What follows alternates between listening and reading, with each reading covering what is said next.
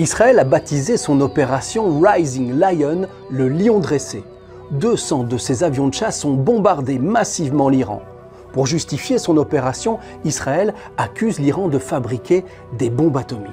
Et l'Iran lui promet en retour une réponse dévastatrice. En résumé, on vous explique pourquoi Israël considère la République islamique d'Iran comme une menace existentielle.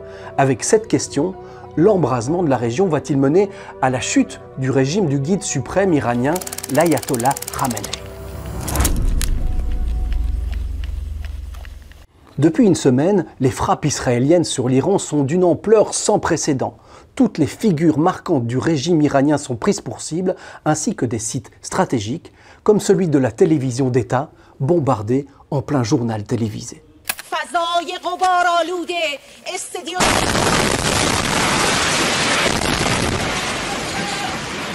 L'opération Lion dressé a d'abord pris pour cible une centaine de sites stratégiques, militaires et nucléaires, comme ce site d'enrichissement de l'uranium de Natanz. C'est le cœur battant du programme nucléaire iranien. Il est composé de 2 infrastructures. La première est en surface, elle a été détruite. La deuxième est enterrée à 100 mètres de profondeur, comme le montre cette animation en 3D de l'armée israélienne. C'est là où tourneraient 10 000 machines utilisées pour enrichir l'uranium. Elles n'ont pas été touchées. Un autre site d'enrichissement d'uranium dans le collimateur israélien est le site de Fordo.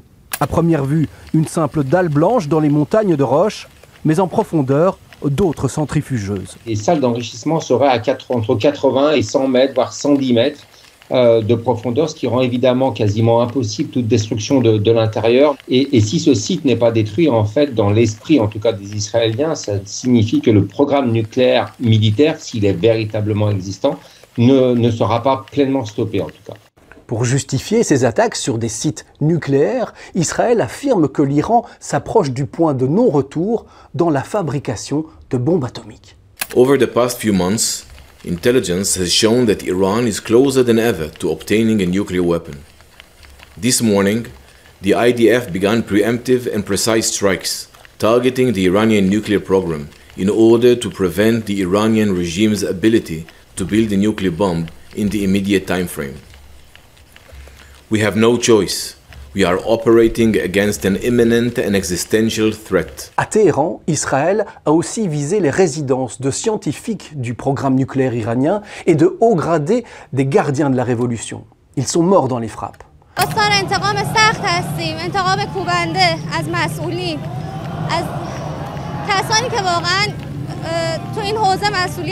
L'Iran est sous un feu israélien continu et promet de riposter à la hauteur des attaques.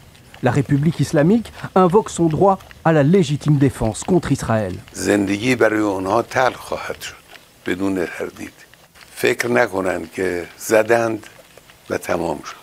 نه، کار رو اونها شروع کردند و جنگ به راه انداختند.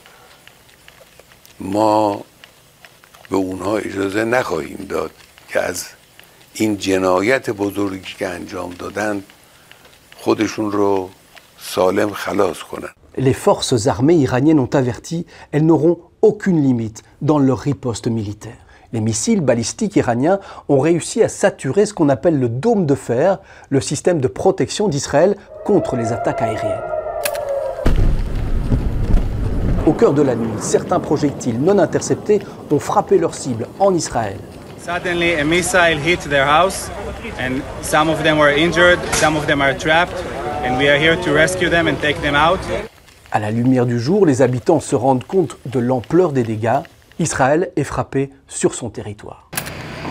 We heard the siren. We were lucky to run to the shelter. We were sitting in the shelter, and then we heard such a boom. It was awful. We were sure that the missile hit our building. Les deux pays sont dans une escalade totale, verbale et militaire. We strongly and unequivocally condemn the barbaric and criminal attack. These actions amount to declaration of war. Alors l'Iran a-t-il vraiment la capacité technique et matérielle de fabriquer des bombes nucléaires? La République islamique enrichit de l'uranium à 60%, un seuil très proche des 90% requis pour fabriquer l'arme nucléaire. Selon l'Agence internationale de l'énergie atomique, le gendarme nucléaire de l'ONU, l'Iran posséderait 400 kg d'uranium enrichi, de quoi, selon les experts, fabriquer jusqu'à 9 ogives nucléaires dans un délai de moins d'1 an. Mais l'AIEA déplore les attaques contre les sites nucléaires iraniens. I reiterate that any military action that jeopardizes the safety and security of nuclear facilities risks grave consequences for the people of Iran, the region and beyond. Depuis 2021, l'Iran a limité à l'AIEA l'accès à ses infrastructures nucléaires, ce qui a entraîné des craintes sur ses intentions réelles au niveau international et des soupçons que l'Iran bafoue l'accord de non-prolifération nucléaire. Téhéran maintient que son programme nucléaire est civil, destiné à la production d'énergie et à des usages médicaux. Israël n'y croit donc pas.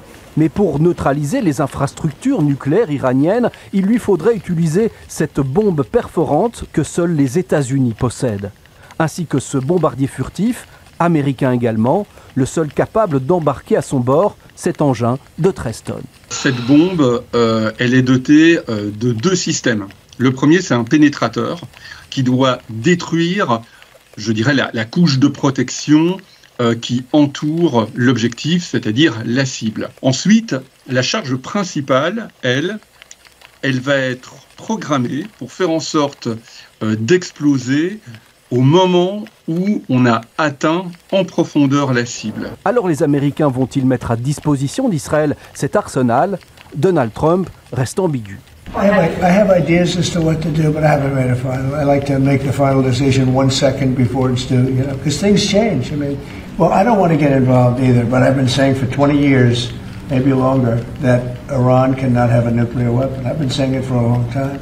Depuis 1979 et la révolution islamique, les discours officiels de la République d'Iran sont très hostiles envers Israël. L'Iran, des ayatollahs, ne veut pas reconnaître l'existence de l'État d'Israël et leur posture antisioniste est radicale. Ils qualifient Israël de petit Satan, soutenu par le grand Satan, les États-Unis. L'occasion est trop belle pour le Premier ministre israélien, en plus d'anéantir le programme nucléaire iranien, de faire chuter le régime des ayatollahs. Tonight I wish to speak to you, the proud people of Iran. We're in the midst of one of the greatest military operations in history. Operation Rising Lion. The Islamic regime, which has oppressed you for nearly 50 years, threatens to destroy my country, the State of Israel. And the time has come for you to unite around your flag and your historic legacy by standing up for your freedom from an evil and oppressive regime. Pendant des années, l'Iran a mené une guerre par procuration contre Israël en soutenant et armant des groupes rebelles comme le Hamas à Gaza, le Djihad islamique, le Hezbollah au Liban, les Houthis au Yémen. Et on voit depuis le 7 octobre 2023 que ces alliés se sont effondrés ou ont été profondément affaiblis par les attaques israéliennes. En fait, la République islamique est aujourd'hui très faible dans la région parce qu'elle ne dispose plus justement de ces relais. Donc, on peut se demander en fait si Israël n'a pas saisi une fenêtre d'opportunité dans laquelle le gouvernement israélien considère qu'il a toutes les cartes en main, qu'il a le soutien de l'administration Trump et qu'il peut, d'ailleurs, comme l'a affirmé Netanyahou, aujourd'hui remodeler le Moyen-Orient à son image. Après des mois de frappes intensives contre leurs infrastructures, le Hezbollah, le Hamas, les Houthis sont considérablement affaiblis. En s'en prenant à l'Iran, Israël espère faire disparaître cette menace permanente sur son territoire. Mais rien ne dit que la force soit la meilleure stratégie pour enrayer ces cycles de violence continue et les haines qu'elles alimentent depuis des décennies.